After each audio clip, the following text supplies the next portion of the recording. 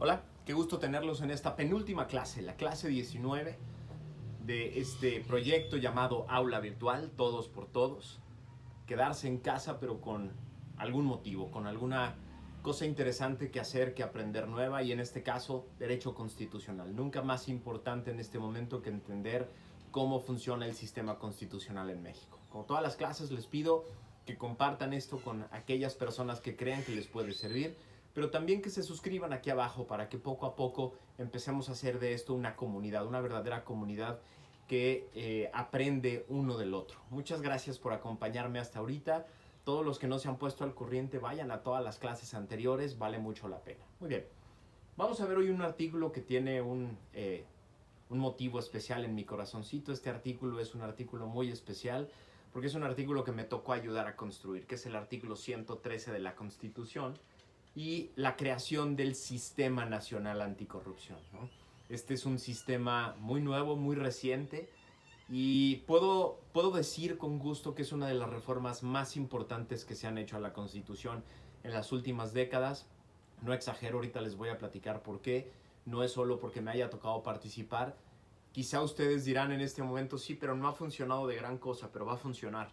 Va a ser una clave para el futuro de la democracia de este país, se los apuesto.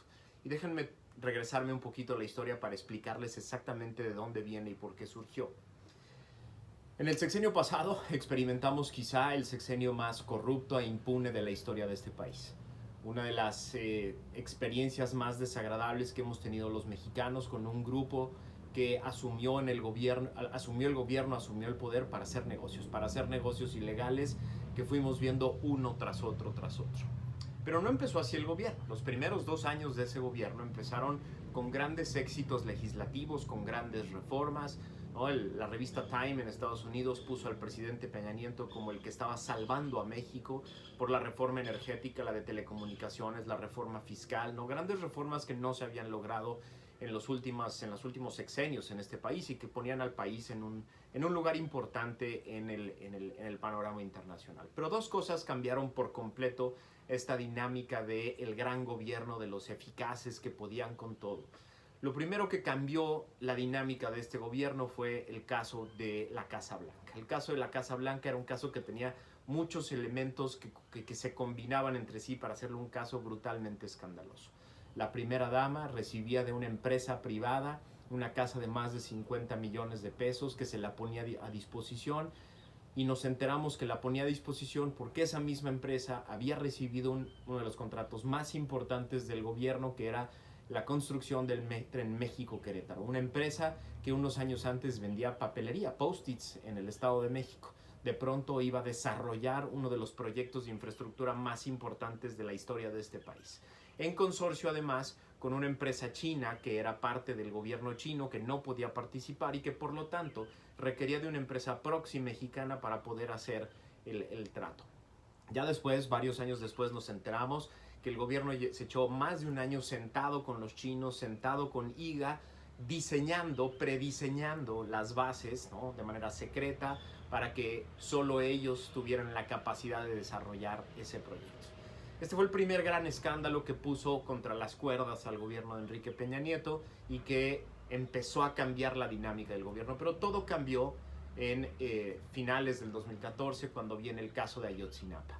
Este caso puso contra las cuerdas al gobierno mexicano, porque los mexicanos nos dimos cuenta finalmente de que la corrupción no solo es un tema de unas personas que se hacen más ricas que otras, unos representantes del gobierno que hacen negocios ilegales y compran departamentos en Miami. Nos dimos cuenta de una cosa muy dramática: la corrupción mata. La corrupción mata. Cuando la corrupción y la impunidad se dejan avanzar de manera tan dramática que se convierten en un cáncer en nuestro país, corroe al Estado de tal manera que acaba convirtiendo al Estado en parte del esquema criminal. Es decir, los policías de Ayotzinapa, que deberían de cuidar a los alumnos de una escuela rural, en lugar de cuidarlos, ellos fueron los que los pusieron a disposición del crimen organizado.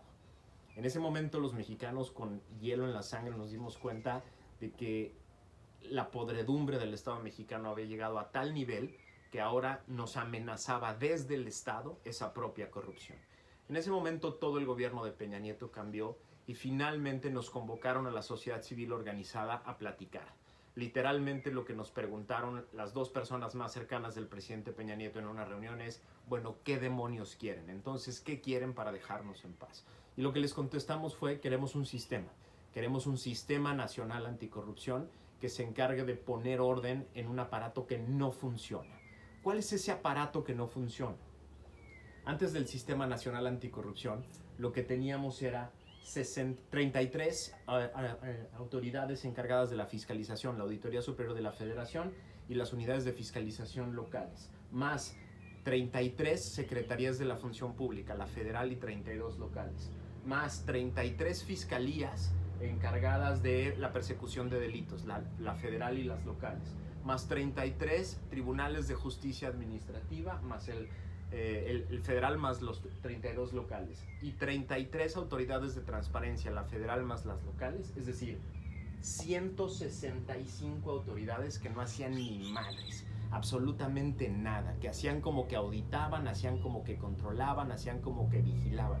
Imagínense la cantidad de gente, la cantidad de procesos, la cantidad de recursos utilizados en 165 autoridades, 5 federales y todas las demás, las otras 160 locales, encargadas supuestamente de vigilar, supuestamente de controlar, supuestamente de investigar y someter a procedimiento a las personas que en realidad no estaban haciendo absolutamente nada. Más de 10,000 auditorías al año en el sistema, más de 20,000 procesos de responsabilidad administrativa en todo este sistema, pero siempre para funcionarios menores, nunca para desarticular redes, nunca para acabar con la corrupción política de las altas esferas en donde la impunidad es la máxima, es decir, un sistema de simulación de vigilancia y control.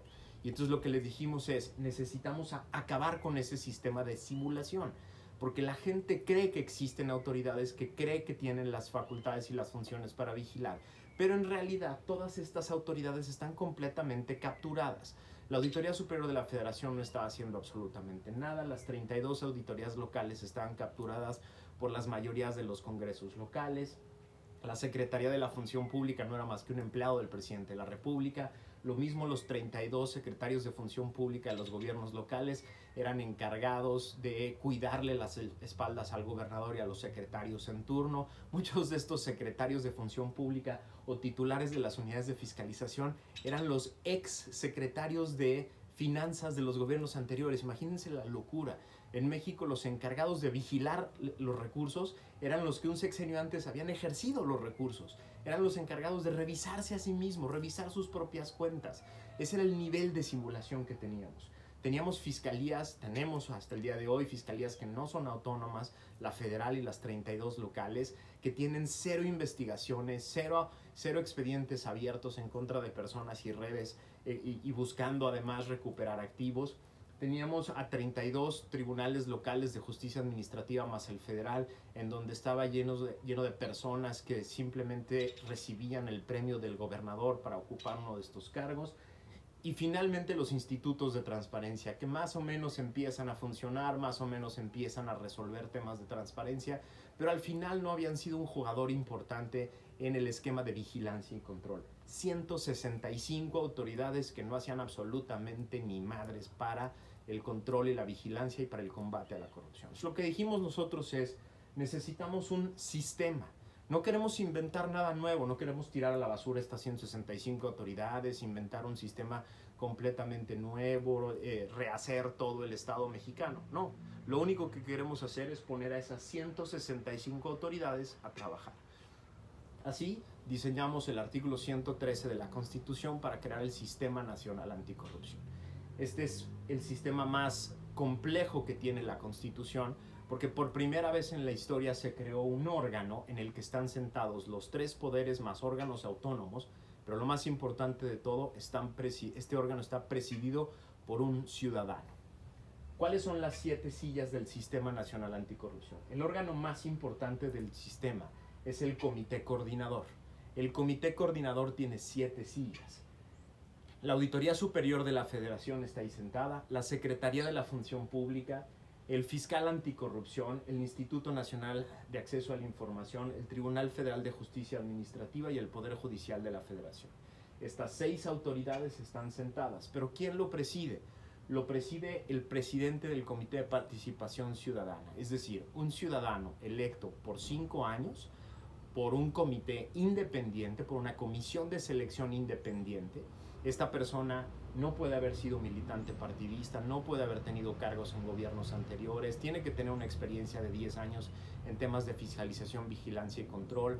Llega a ese cargo después de un concurso público abierto en el que lo que se toma en cuenta son las capacidades técnicas y conseguir llenar los elementos más importantes del perfil. Bueno, ese ciudadano preside este órgano, preside el órgano más importante del Sistema Nacional Anticorrupción, preside a 6 autoridades de todos los poderes.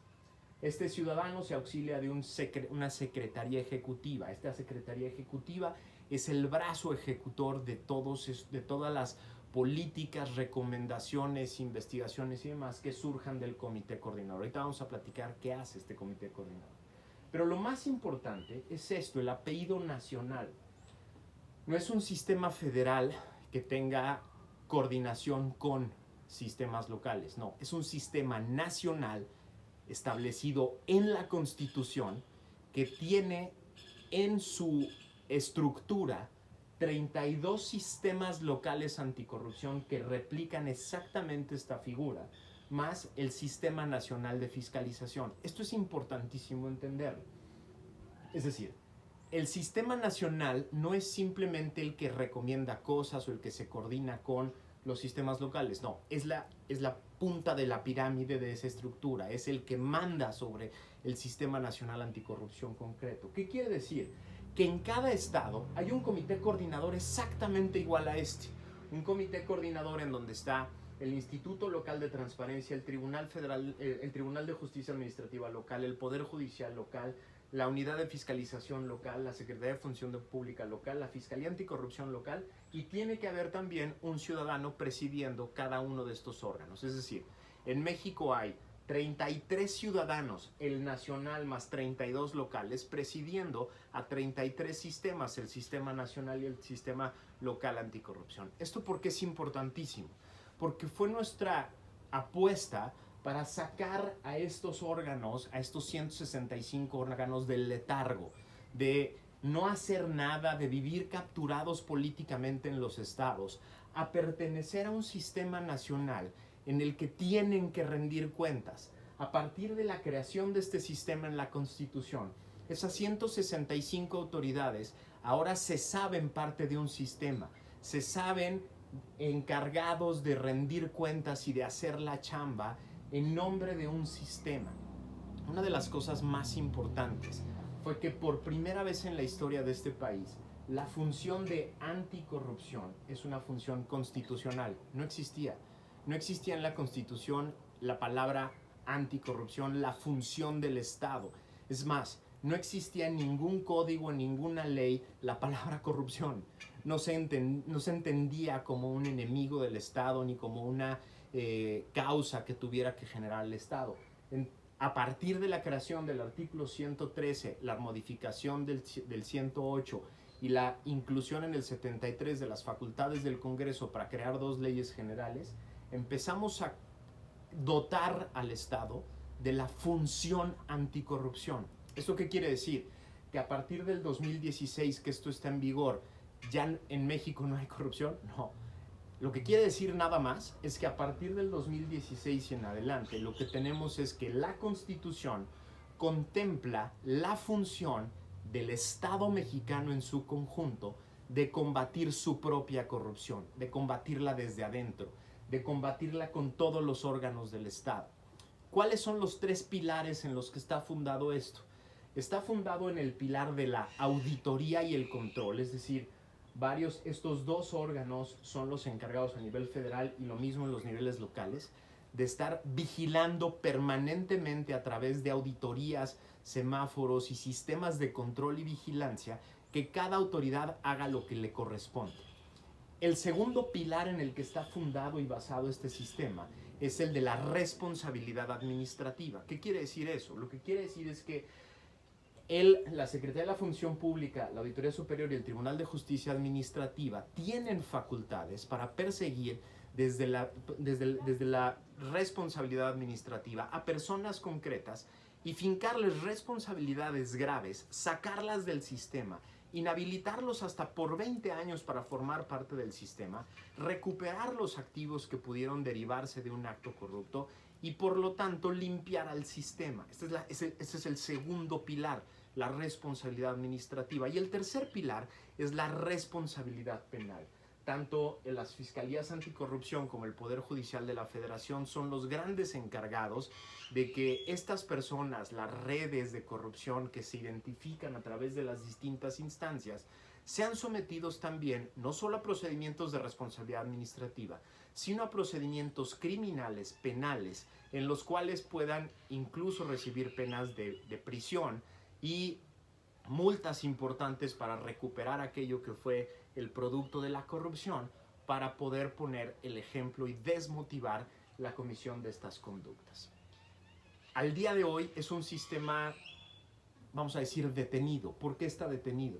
Porque ni el gobierno anterior ni el gobierno en turno le han puesto atención. El presidente Peña Nieto sí ayudó a empujar estas reformas, ayudó a empujar la reforma al 113, creamos la Ley General del Sistema Nacional Anticorrupción para armar este aparato completo. Los ciudadanos impulsamos de manera histórica una ley que fue la Ley General de Responsabilidades Administrativas. Esta Ley General de Responsabilidades Administrativas que me tocó ayudar a escribir junto con otras dos personas, con Pepe Roldán y Josefina Cortés. Esta ley de responsabilidades administrativas, que es la ley 3 de 3, es una ley general, es una ley vigente, es una ley que vale para todo el sistema, es la que determina cuáles son los casos de corrupción desde el punto de vista administrativo y cómo se sancionan y con qué tipo de sanciones. Las dos están vigentes, la Ley General del Sistema y la Ley General de Responsabilidad Administrativa, valen para todos los estados porque son leyes generales. Están ahí, están funcionando, pero han pasado dos cosas. Primero, en la última parte del gobierno de Peña Nieto, como él sentía que ya no tenía mucho que hacer desde el punto de vista político en el aparato, dejó este aparato solo. No hizo nombramientos como el del fiscal general o el fiscal anticorrupción. Los magistrados de la sala especializada en corrupción, que es la tercera sala creada por las reformas del Tribunal de Justicia Administrativa, se quedaron vacíos. Al día de hoy siguen vacíos. No existe todavía como tal la tercera sección, que son los magistrados especializados en combate a la corrupción. Nunca han sido nombrados. Y además, el sistema se empezó a quedar sin casos. Pero vino el cambio de gobierno, vino la llegada del presidente López Obrador, que desde que era candidato dijo: esto es un invento fifí. Así lo dijo en un video, no lo estoy inventando yo. Lo que dijo fue: la ley 3 de 3 y todas las reformas que se derivan en el Sistema Nacional Anticorrupción es un invento fifí y a mí no me hacen falta, yo voy a acabar con la corrupción de manera voluntaria. ¿Qué hizo después de que ganó? Después de que ganó, emitió un documento de 100 puntos que era su plan anticorrupción. Al analizar estos 100 puntos del plan anticorrupción, lo primero que encontramos es que el Sistema Nacional no está ni nombrado en la estrategia anticorrupción. Pero lo más grave de todo es que 90 de esos 100 puntos, en realidad, como ya lo sabemos hoy después de año y medio, son puntos que simplemente tienen que ver con la austeridad. Es decir, nada tenían que ver con el tema anticorrupción, nada tenían que ver con el combate real a la corrupción. Con lo que tienen que ver simplemente es con gastar menos dinero. Ya vimos en qué ha acabado eso. 14 meses después de este gobierno, lo que tenemos es cero casos de combate a la corrupción, cero redes desarticuladas, cero personas de alto nivel en la cárcel. Las dos personas que están en la cárcel en este momento esperando un juicio son casos que verían derivados de casos que se habían guardado en el gobierno anterior. Que no los engañen, que no les digan que ese es combate a la corrupción, porque lo que hay es cero casos, ni un solo caso en todo el sistema. Pero lo más grave es que siguen sin estar los nombramientos de los magistrados especializados. El presidente de la República tendría que mandar las propuestas al Senado, no las ha mandado.